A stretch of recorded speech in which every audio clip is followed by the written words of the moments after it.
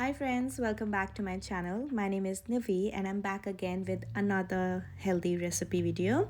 If you haven't already, please subscribe to my channel and do not forget to press the bell icon. Before I can start, I would like to share that I have an Instagram channel as well. So please follow me on Blessed Girl to know all the daily updates. So today we are going to make oat cookies. I love having cookies, but I know they have a lot of sugar, so that's the reason I did my take on it.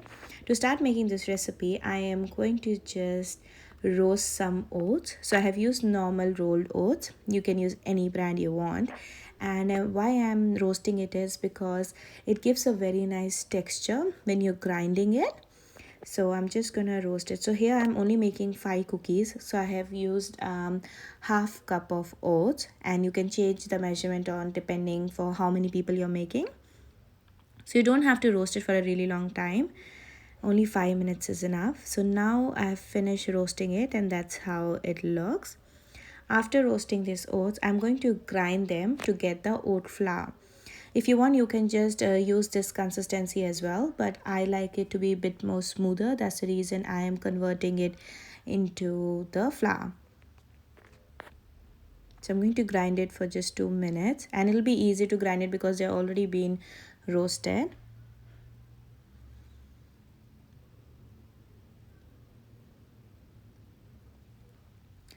So now they are roasted, and you can see that they are in a powdered form now. I always try to add oats in everyday life in different recipes because it's a very slow releasing carb and it helps me to feel full for a really long time. So now I'm just going to take the oat flour in a bowl, and I'm going to use a half banana as well.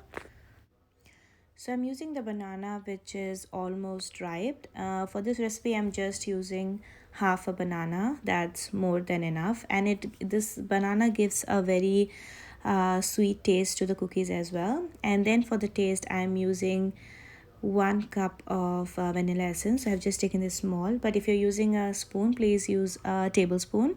And then I'm using little bit of cinnamon has a lot of health benefits, and it gives a really nice taste to my cookies as well. After that's done, I'm using little bit of pink Himalayan salt. After adding all the ingredients, what I'm going to do is I'm going to just mash it properly to get a good dough consistency. So that's how our dough should look after you have pressed it. And now I'm taking a little bit of ghee. If you want, you can skip this step as well. I've taken very little of it just to make sure that when I'm rolling the cookie dough, it doesn't get stick to my hand. And just for the taste, I'm adding 1 date as well. Date has a lot of benefits, and normally I don't like eating dates, but I try to add it to my dessert recipe so that I have them in that way. So now I have added that, and I'm just going to mix it again. Make sure that the consistency looks good. And for the topping, I'm using dark chocolate chips here. If you want, you can use normal chips as well, but I like the dark chocolate chips and they're low in sugar. That's the reason I am using them. And then I'm going to mix them again. If you want, you can use different toppings as well. I just like the chocolate chips, dark chocolate chips. That's the reason I'm using them. And now we are going to make the cookie balls.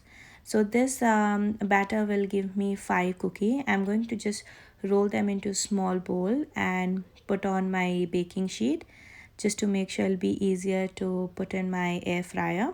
So this recipe, you can use it in oven, and even you can make it on a stove as well if you use a little bit of oil, because it's really easy. So because I haven't added any baking soda or any baking powder in it, you don't have to worry about making it in oven. You can just make it on a stove as well if in case you don't have a oven or a air fryer at home.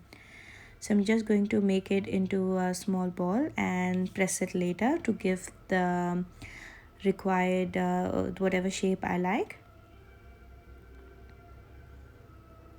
So I'm almost done with rolling the bowl. So these are really nice. Whenever I feel like having something sweet with tea, instead of buying it outside, I just make it at home because I know the calorie count in it, and they're really easy. It takes me only 10 minutes to make this cookie, and they taste really yum. So now we are done. Now I'm going to use the same spoon and trying to press it down to make it flat. Sometimes they get really sticky, so please try to make sure that you put a little bit of oil in it if it's getting stuck, and just lightly press it down so that it gives that cookie shape.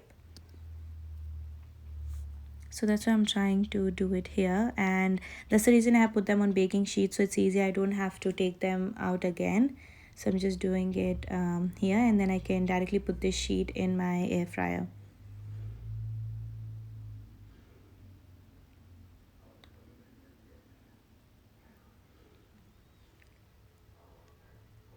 So now we are almost done, and that's how they look before they go into my air fryer.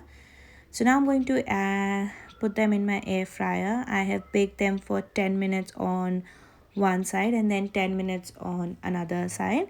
So if you're using an oven, just use the same temperature which you use for other cookie recipe, but make sure that they get cooked really fast, so you don't have to keep it for a really high temperature for a long time. Now we can see that our cookies are ready. They taste sweet, they taste really yum, and they are soft as well. So please try this recipe. You can enjoy it, make it and freeze it and put in the fridge for future use. Thank you so much for watching my video, and please do not forget to subscribe to my channel and comment below if you like the video. Thank you.